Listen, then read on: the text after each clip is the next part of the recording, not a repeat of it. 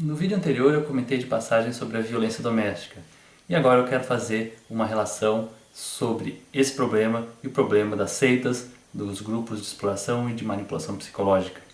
Eu estou usando como referência o livro da psiquiatra americana Judith Herman, chamado Trauma e Recuperação.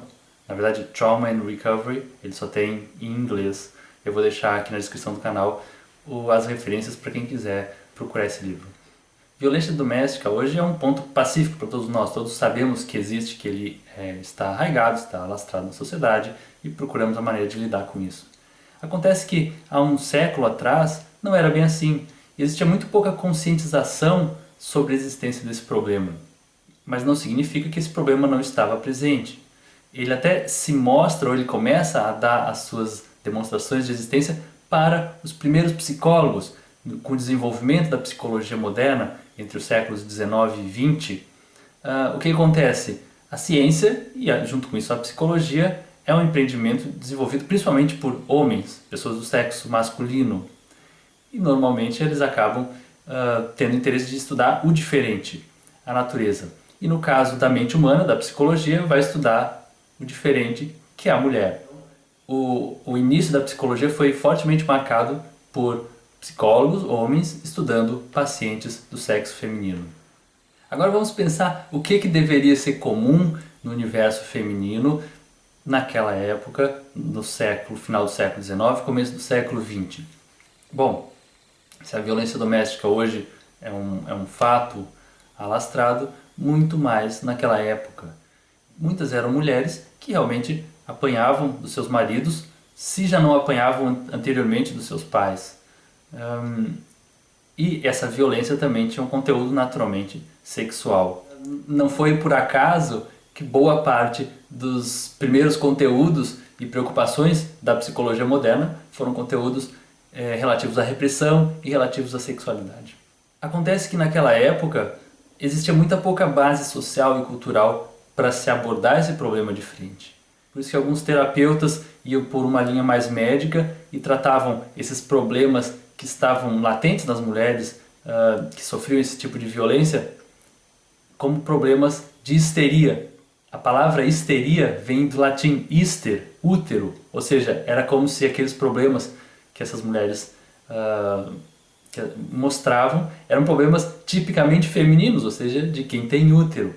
Outros terapeutas, numa linha um pouco mais psicanalítica, procuravam ver aquele problema como sendo desejos inconscientes de violência reprimidos. Ou seja, eram conteúdos que apareciam na clínica durante a interação entre o terapeuta e a mulher que estava sendo tratada, só que eles tinham muita dificuldade ainda de perceber que aquele problema era resultado, em boa parte, se não na sua totalidade, da violência sofrida por essas mulheres em casa.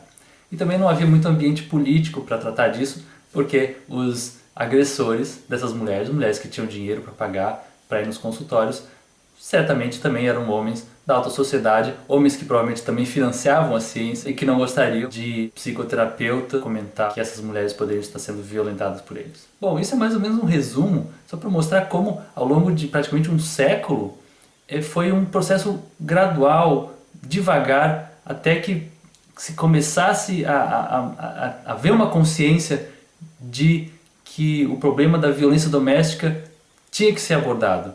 No começo ele não adiantava falar disso.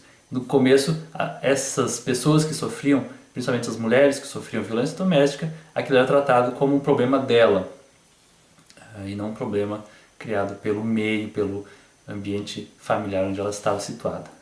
E um problema muito parecido com esse, a gente observa na questão das seitas. O que é isso que eu chamo de seita? É mais ou menos parecido como uma grande família. Um líder ou poucos líderes que conseguem juntar em torno de si pessoas dentro de um nível tão forte de relacionamento que aquele grupo se torna praticamente um ambiente doméstico, uma casa, uma família, um grupo que se suporta entre si, se apoia e se protege.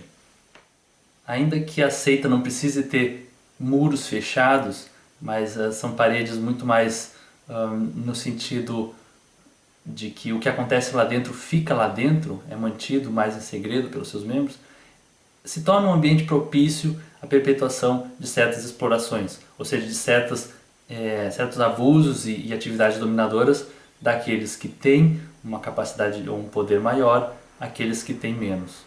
Assim como há um século atrás, os limites do que era considerado uma violência eram muito mais largos, ou seja, talvez ninguém se chocasse tanto com um homem que batia constantemente na sua mulher.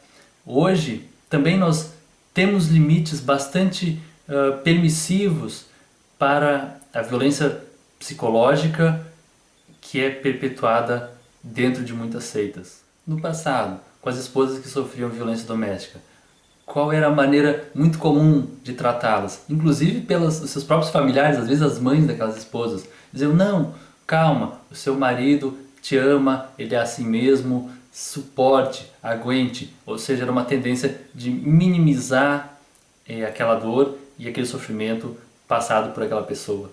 E hoje a gente tem uma postura ainda muito parecida com o que acontece dentro desses grupos, porque a gente não compreende ainda a dimensão da profundidade do problema, porque a gente vê de fora. Então parece que são questões pequenas, menores, mas no momento que a gente começa a escutar as pessoas que passaram por isso, a gente vê que não são.